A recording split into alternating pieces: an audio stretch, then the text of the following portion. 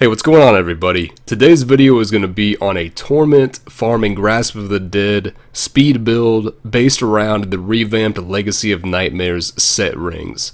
And the gameplay is really very basic. You spam Grasp of the Dead while you have pets out tanking for you and dealing passive damage, and then you hit your movement speed abilities whenever you need to.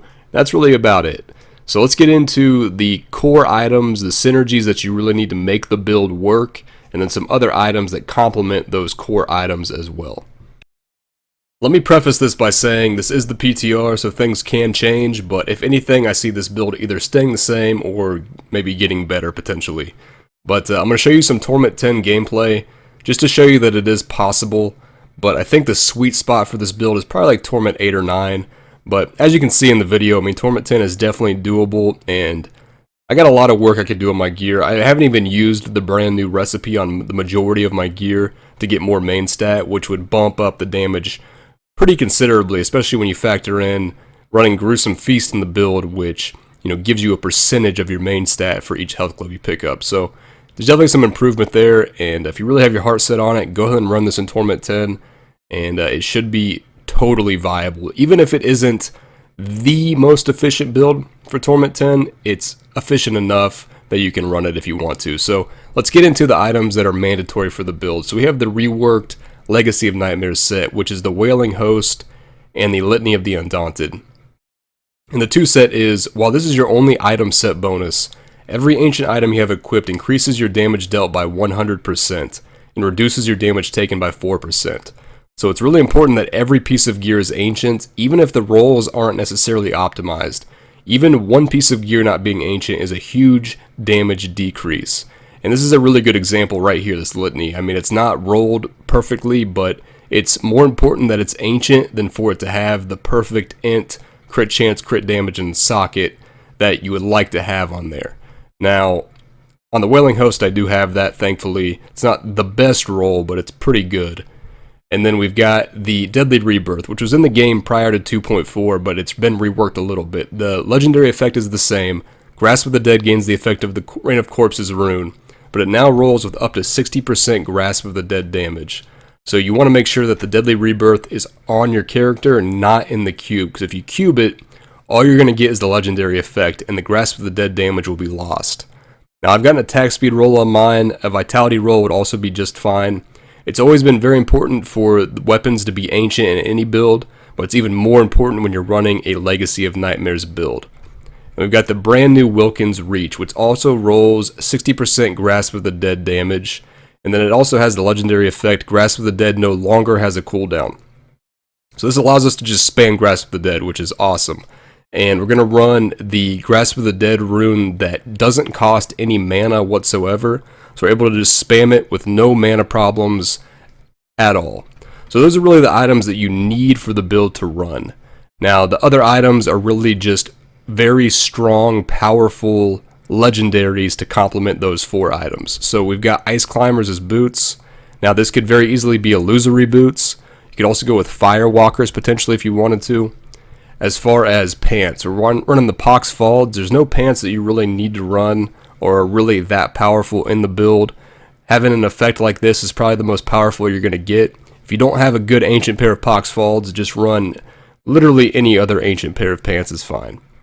Got the Belt of Transcendence. Now, even though the Grasp of the Dead rune we're running technically does not spend mana, it's still going to proc the Belt of Transcendence to give us 15 Fetish Sycophants that are then buffed by the Legacy of Nightmares damage buff. So they're going to be dealing tons of damage, and we're also running Taskers and Mask of Jerem to buff them even more. So that brings us right over to the Taskers. Again, not the greatest roll, but you do want to make sure they're ancient. That's the most important thing. Ideally, they'd have intelligence, attack speed, crit chance, and crit damage. And then we've got the Pauldrons of the Skeleton King. Now, there's a few different shoulders you can run. None of them are really mandatory. I like these to give you a second life just in case you happen to die, although in this build you have tons of toughness for Torment 10, so you shouldn't have too much issue staying alive, but it is pretty nice. Now, something to keep in mind is that Gargantuan damage, which we're running Gargantuans as well in this build, Fetish Army damage, and Grasp of the Dead damage all share the same slot, so you can roll them on your shoulders, your chest piece, and your offhand. Now you already have tons of Grasp of the Dead damage from the main hand and the offhand. So in my opinion, you should roll either Fetish Army damage or Gargantuan damage on the shoulders and the chest piece. Now, in patch 2.3, just as a reference, Fetish Army damage was changed so that it actually buffs the Fetish Sycophants from the passive and the belt, as well as the Fetish Army rune. So either one's fine. Go with whatever one you like better. I've got Gargantuan damage here, and then I have Fetish Army damage on the chest piece. That brings us to the Aquila Cuirass chest piece. While above 79% primary resource, all damage taken is reduced by 50%. And we're going to be pretty much always above that resource threshold because our Grasp of the Dead does not cost any mana whatsoever. Nemesis Bracers, really poor roll, but it's the only ancient pair that I have. They have dexterity. Ideally, you would have cold damage. This is going to be pretty much a cold build.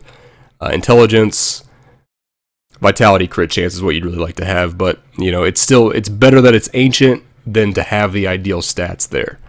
And then we've got a Rondel's Locket. Again, this is just the best ancient amulet that I have at the moment. The best in slot is going to be a nice ancient Hellfire amulet, more than likely. And then the Mask of Jerem, ancient with 98% more pet damage.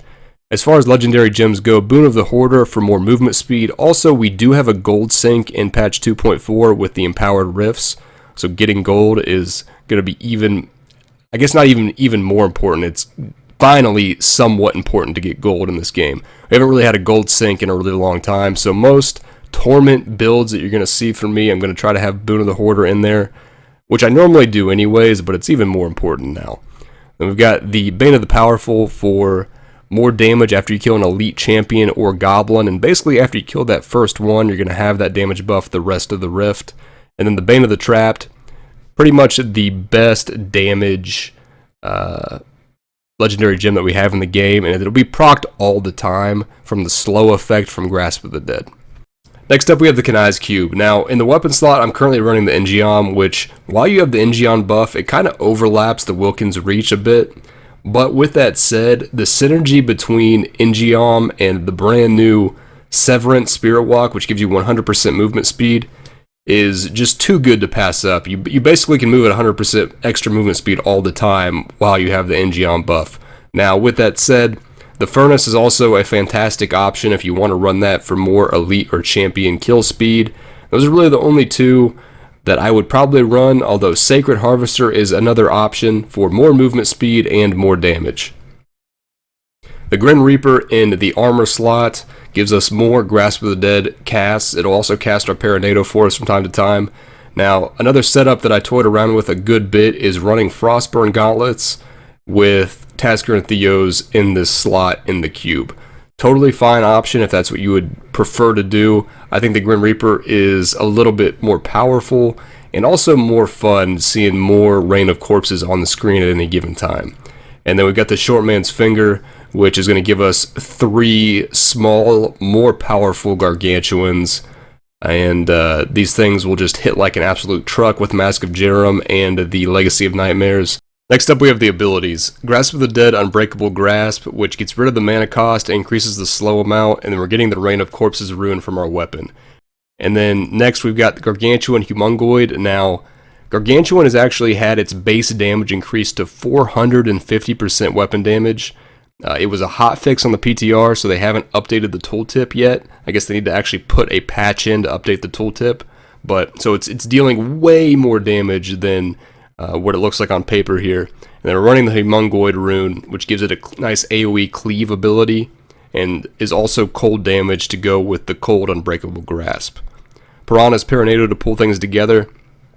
This could be a lot of different things, but I think pulling enemies together at certain times to maximize your Grasp of the Dead damage is quite nice. Spirit Walk Severance, again, this is giving 100% additional movement speed paired with the Ingeom. As long as you have the Ingeom proc, you can basically be in Spirit Walk all the time, which is pretty crazy movement speed. And then we've got Soul to Waste on Soul Harvest, which gives you more intelligence and then also 5% movement speed per stack. Horrify Stalker for more movement speed. Confidence Ritual for more damage. Gruesome Feast for pretty much more damage. And then Pierce the Veil again, another damage buff. Fierce Loyalty for more movement speed. And then if we were running a Hellfire Amulet, more than likely the 5th passive would be Grave Injustice. Now, the one thing that I do wish I could fit into the build is possibly like a Thing of the Deep or an Avarice Band to get a little bit more pickup radius for the Gruesome Feast. So I would recommend trying to get at least 8 pickup radius as secondaries on your gear to really make it so you don't have to run too far to pick up health globes for Gruesome Feast and the globes that elites and champions drop. Paragon points wise, movement speed first as much as you need, then intelligence. Offense wise, crit chance, crit damage, attack speed, and then CDR. Although if you're not running the Engiom version, you could probably go CDR before attack speed. I don't think it really matters too much. Defense wise, armor percentage, life percentage, all resist, life regen. Utility wise, area damage and gold find are the only two that actually really matter. And then life on hit and resource cost reduction after. So there you go, guys. I hope you enjoyed the video. It's a lot of fun to play, and I think the Legacy of Nightmares is one of the best set reworks we've seen in a long time. It opens up a lot of cool things that you can do, and I think for Witch Doctor it kind of leans towards pets, just because being able to buff both fetishes and gargantuans at the same time, or both fetishes and the big zombie dog with Tall Man's Finger at the same time, is very powerful. Even so powerful that there's builds using those things pushing up into the 80s in Greater Rifting, which is pretty nuts and really pretty cool to see pets up there again for the first time in really quite a while. So anyways, guys, again, I hope you enjoyed the video. If you did, don't forget to like and subscribe as always, and check back for future PTR content. Thanks again, and I'll see you next time.